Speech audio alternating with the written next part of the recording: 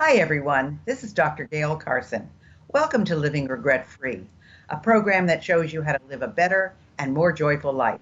As an added bonus, I invite you to listen to an introduction to my Mindset Matters program, which ties into this so well. Go to www.sobmindset.com. It's free, and I know you will enjoy it. If you'd like to contact me personally, drop me a line at gaylecarson13@gmail.com or go to my website, www.spunkyoldbroad.com, and sign up for my weekly newsletter. Hi, everyone. This is Gayle Carson, and I'm just delighted with my guest this morning because most of you know what an animal lover I am. And my guest is Rachel Augusta, and she works with animals all over the world who are sick, injured, have a terminal illness, or suffer from trauma due to previous abuse. In addition to working privately with her patients, she runs a unique membership site where women and their fur babies in all stages of health have community and support because research proves that animals take on the stress of their human guardians, and this usually leads to illness in the animal's body. She believes that our joy is the antidote to disease in our animals, and when we heal ourselves, we can heal the furry people around us. Welcome to the show, Rachel. Hi, Gayle. Thank you so much for having me. Well, of course, I have a question already for you because I have a beautiful chocolate point Siamese male who Ooh. is 11 years old, but he has decided to poop everywhere. And I've Oh, taken him to the vet, and, you know, they've tried everything, but he still poops. And before he poops, he lets out this lioness roar, like, wow. And I know to grab him if I'm here, of course, and shove him in the kitty litter, but it is yeah. causing me a lot of frustration. And, um, Yeah. when I move into a brand new sparkling place with brand new sparkling furniture, I just don't know what I am going to do. So if you have any hints, I message me do. privately. Yeah, I do. That's actually, well, I'm glad that you said you took him to the vet because people message me all the time about cats peeing and pooping outside of the litter box. And that's always my first recommendation is to see if we can get a diagnosis because if there's something going on in the intestines, we need to know. But if they can't pick up on anything, then that's a little bit of a longer conversation. And I definitely will message you and ask you a few questions and we can talk about it offline if you want. Fantastic. And of Mm-hmm. course, he was there for a week. So Oh, they did everything, but and then wow. of course they sent me home with 3 sets of pills. Did you ever try to get a cat to take a pill? I Oh managed my it. gosh. Yeah. I put it in his food. I put it everywhere, and no matter how I did it or where I put it, out came the pill. So Oh my gosh. Well, let's talk. Let's definitely talk because, I just have a lot of questions for you and, I deal with this a lot. So let's definitely talk about this and get fantastic. And and he's make you both happy again. and he's looking at us as Oh we yeah. speak. Yeah, yeah. Cats But are like, anyway, "Oh my God, so humiliating. You're talking about this yeah. on radio?" So let me ask you, Rachel, did you always know you wanted to work with animals? No, actually. And I love it when people ask me that question because they assume that this was something that, as a child, I was like, I want to work with animals. And that's not actually the case at all. I had no plans of working with animals and didn't actually, I was in the process of starting a clothing manufacturing company for women when basically my life changed. And what happened was my own fur companion, my own soul companion, my kitty, my soul companion kitty, got really super sick. And it's interesting because it's similar to your story in that they couldn't really diagnose her, and then they didn't really totally care because of her age. She was 17. They thought they had a couple of good ideas of what was going on with her, but because of her age, they were okay with the grim diagnosis and not going any further to help her because, well, she's an old cat and she's going to die soon. And How old was she? she was 17. Oh, she was When- older. Yeah, yeah. yeah, yeah. So she was 17, but it was, she was my baby, and I wanted, I wanted somebody to help me, and I knew that if anybody was going to help her, it was going to have to be me. And so I ended up well, what happened was, I ended up hearing about this school like the next day.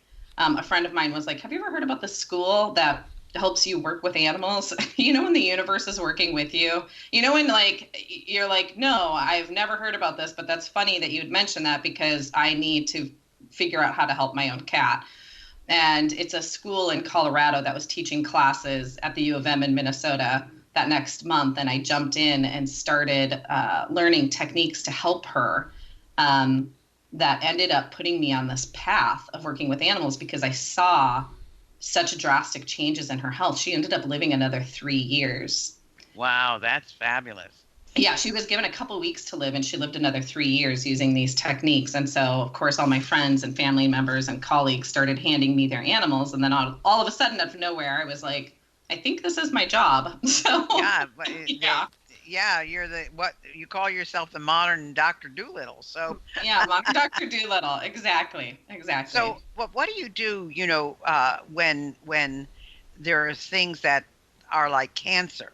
I mean, how do you heal the body of an animal who's got cancer without using any drugs like chemo? Yeah, that's, oh my God, such a great question. The thing about cancer, well, any disease really, is what happens is the body stops creating new cells. And what we need the body to do is start creating new cells. And so if we can get the brain and the body to start communicating with each other, we can get that to happen. So if somebody has cancer or major disease, honestly, even if they're not sick, we want to be doing this for ourselves no matter what. This is what prevents illness. But if somebody has cancer, if they're in pain, and if you have cancer, your body definitely is in pain, you just can't heal.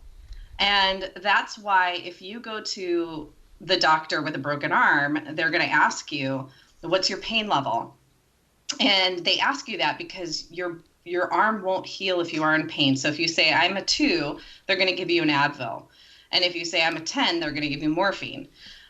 So we need to do that naturally with the body. And what that is it's called the physiological relaxation response. And if you can trigger that naturally, you can get the body to heal. So if you take Advil or morphine, or if you can do this naturally, this is what happens in the body. Your brain releases these chemicals, endorphins, serotonins, which get your muscles to relax. And when your oh, sorry, go ahead. No, but how do you do that with an animal? You can do it in various ways. And so you can do it with CBD oils, which are going to help relax them. I do it with my hands. I use tuning forks. I have hand placements that are really, really calming for them. I coach the human how to, have a really relaxing space for them. Make sure that, there isn't a lot of screaming going on in the house. Make sure that there's soft music, and there's different things we can do to trigger this in them. Will to live is huge. A lot of times when people hear their dog, or cat has cancer, they start to take things away from them, like going out on walks because they're afraid. But going out on walks, let's say, makes your dog really super happy. It's going to trigger that release of chemical in their brain. So we want to do things for them that help them feel really good. Massage, really gentle massage. And so if we can get the brain to release those chemicals, the muscles will relax. And when the muscles relax, the blood becomes oxygenated. And when the blood's oxygenated, your body can absorb nutrients more efficiently from food and medications. So if they're on chemo or if they're taking a medication, their body's going to absorb that and the nutrients from the food as well. And then their body starts to create these digestive enzymes, their hormones regulate, their body detoxes, and it builds up their immune system, which causes new cell growth. And that's how we can see animals go into remission. Wow, that's amazing. Yeah. Well, I will have to have this conversation with you offline. Yeah. So, you know, we've heard this, and I'm not going to say I don't believe it, but I'm going to ask you, do you think that animals take on the emotions of the humans that they're living with? Yes, they do. The thing is that, we know that animals can smell fear, and we know that animals can smell anxiety. I mean, animals can smell cancer and diabetes. They know if somebody is going into, a seizure. They've been able to predict when their humans have, you know, we're going into a seizure. So we know that they can smell these things. And the thing is that they love us. I mean, they love us so much, so that if you're constantly living in a state of anxiety or depression, it's stressful for them.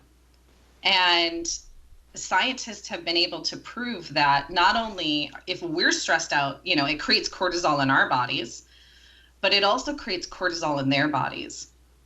And a buildup of cortisol leads to tumors and can lead to cancer and other diseases in both us and them. And so, a lot of times, if they're really, really sick, it's often because the human has been dealing with something really traumatic or stressful or sad. Interesting. Yeah. Well, so there's a question that I would like to ask you because there's so much of a debate about pit bulls.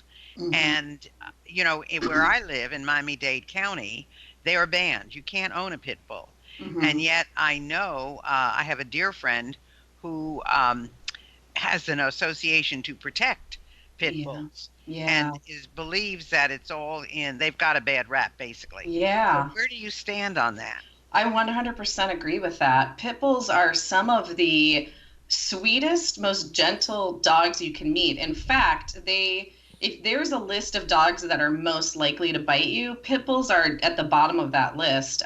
In fact, a golden retriever, America's family dog, is much more likely to bite you than a pit bull. And because I work with animals, I will tell you, I am much more fearful of a small terrier biting me in the face than I am a pit bull. And the problem with pit bulls, they've gotten this rap, is because the pit bulls aren't bad. The people who've abused them are bad, and it's really sad. And the reason why they use them is because they're strong and they're powerful, and their jaws will lock once they bite. And so, because of the way that they've been bred, they they are very dangerous if they do get into a fight, which is why they've been so badly abused by the humans who have really, tortured and tormented them. So it's really unfortunate. Wow.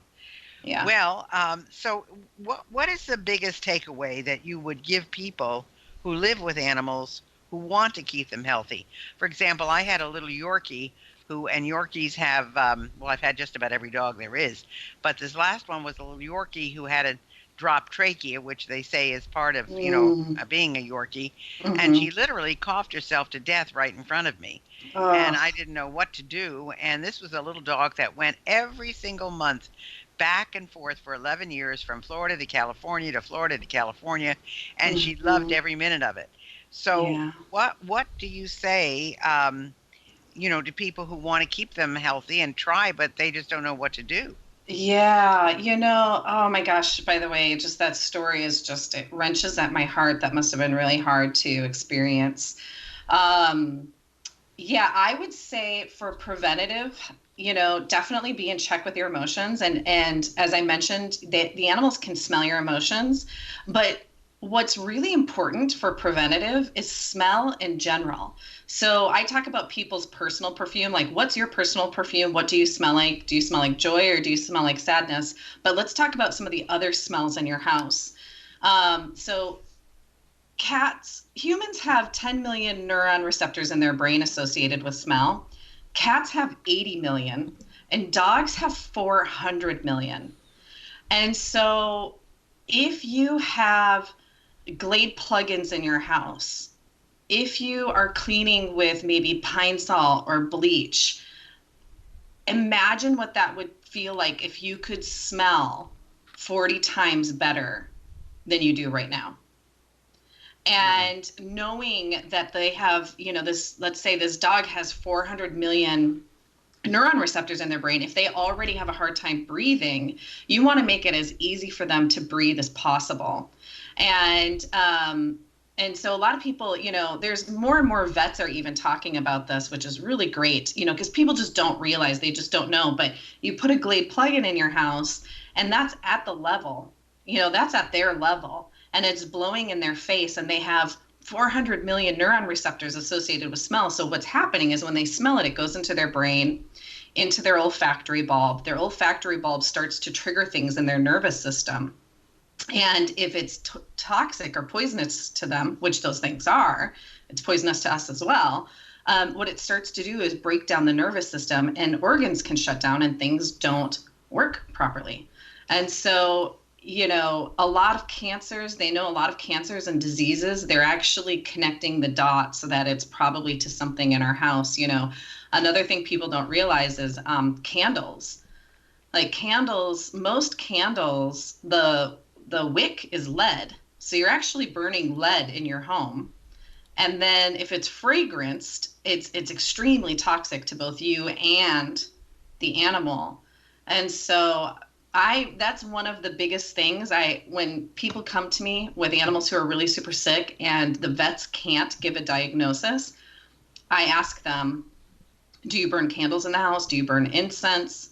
Do you have Glade plugins? What do you use for cleaners? And that's usually the problem. And So, once sorry. well, what do you recommend then people use for cleaning? I mean, you have to use something to clean your home. So what do you suggest definitely. All natural cleaners that don't have fragrance. I personally use a product called Thieves. It's made by Young Living, and the reason why I use it is because they've done studies on it. It's more effective than bleach and pine sol, but it's made with all natural plant ingredients. And what's the name of it? Thieves, Theives,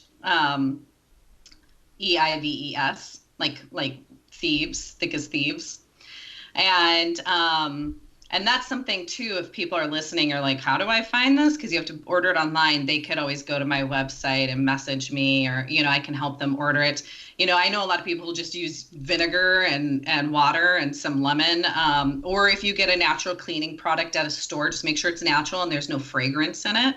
Because that's the other thing is that, I worked with a cat recently. They thought he was having neurological damage, but then found out that someone in the house had actually cleaned the floors with Pledge. Well, the cat's walking through the Pledge on their feet, and then they're grooming themselves.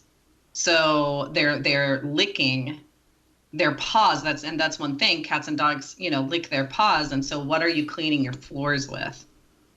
What are you, and it's really actually a big deal. In fact, I just watched a documentary on this called Stink, which is on Netflix.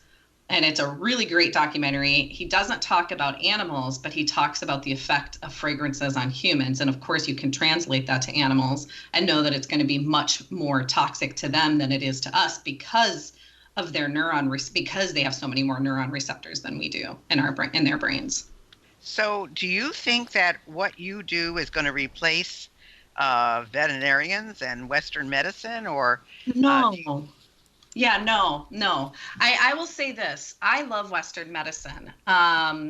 If you or your dog has had a physical trauma, if you've been hit by a car, if you've had some sort of an accident, if you're having a heart attack, like by all means, get yourself to a hospital, get your animals to the veterinarian, that's important. If someone needs surgery, go to the hospital, go to your doctor. But the great thing about this is that it works in conjunction with it. And the thing about Western medicine is that it's great, but it doesn't cover everything. There's a lot about Western medicine that we're still learning. We don't know. You think about most autoimmune diseases, Western medicine doesn't know how to help.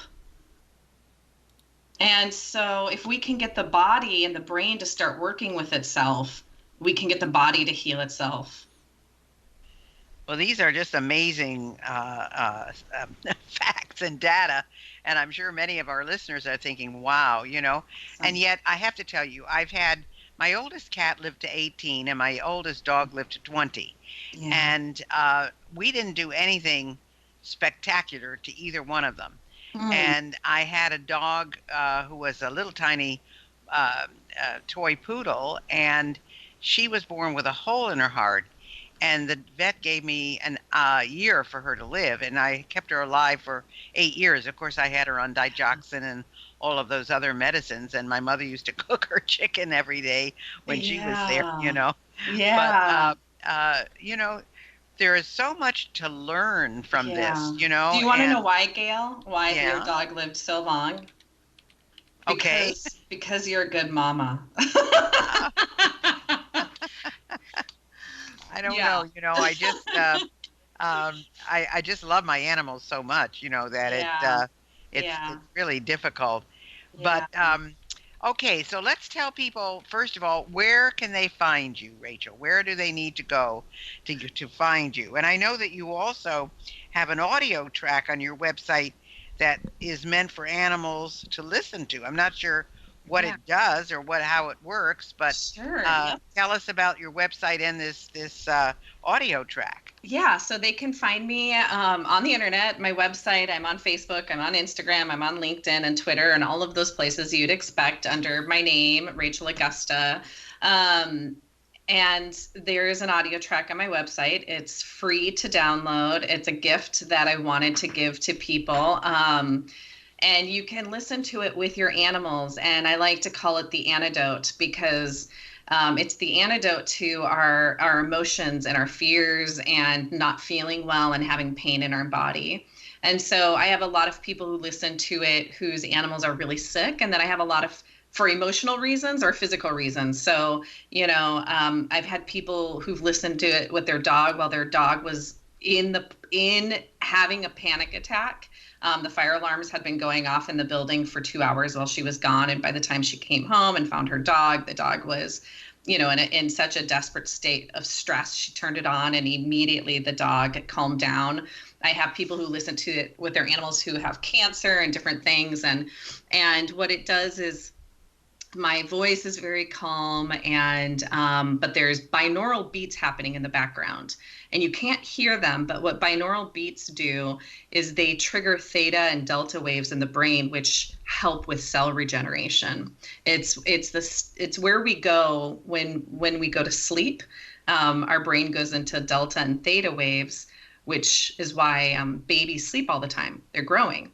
And so it creates new cell growth, and that's what these beats do. And so I have them in the track, and it has soft music, and it's a really great way to bond with your animal and calm yourself down and calm them down. Because really, I believe that we can heal ourselves if we can get our brains into a state of relaxation.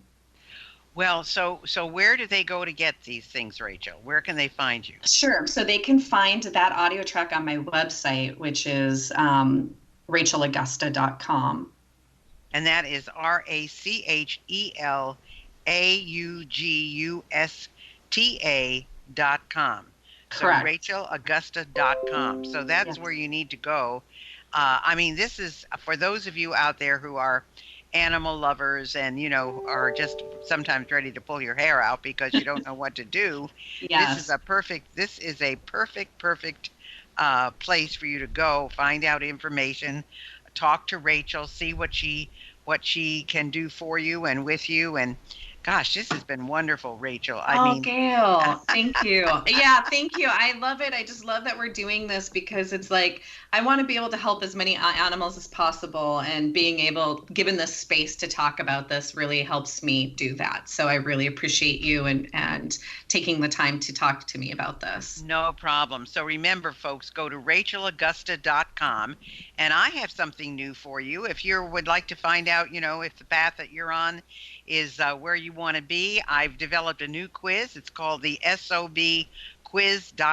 You can go to SOBquiz.com quiz.com. Take the quiz, see what you think, and we'll talk about the results. I'll be able to go over them with you, but I think you'll find it very interesting. So for Rachel, go to rachelaugusta.com. If you're interested in the quiz that I'm doing, it's sobquiz.com. Thank you so much, Rachel. We have enjoyed it, Gayle.